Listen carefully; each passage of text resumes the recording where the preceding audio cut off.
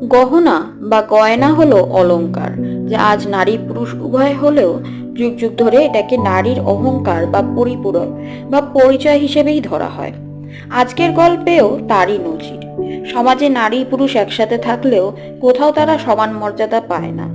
এই গল্পেও দাম্ভিক সম্ভ্রান্ত পরিবারের সন্তান বিহারী লাল নিজের কেরানি হওয়ার কষ্টের পরিবর্তে একমাত্র ছেলেকে সার্ভিস পাঠানোর খরচ বাবদ স্ত্রী তার ভাইয়ের কাছ থেকে 1000 টাকা চাই। স্ত্রী অকপটেই তা কয়, যদিও একতা তারই অধীনে লালিত ভাই 500 টাকা দিয়ে অনায়াসেই তাদের এই অর্থহীন দিবাস্বপ্ন ছাড়ার উপদেশ লিখে চিঠি মারফত পাঠায়। এত কিছু অভাবের মধ্যেও একমাত্র ছেলের জন্য স্বপ্ন ছিল তার। মেনে নিয়েছিল স্বামীর অযথা নিজের মেয়ের সামান্য ডাক্তার না ডাকার বারণকেও। কিন্তু ভগবান যখন কিছু দেয়ও, আসে বাগদত্তা ভাবিনি। কিন্তু তারপর পড়ুই স্বর্ণকুমারী দেবীর গহনা।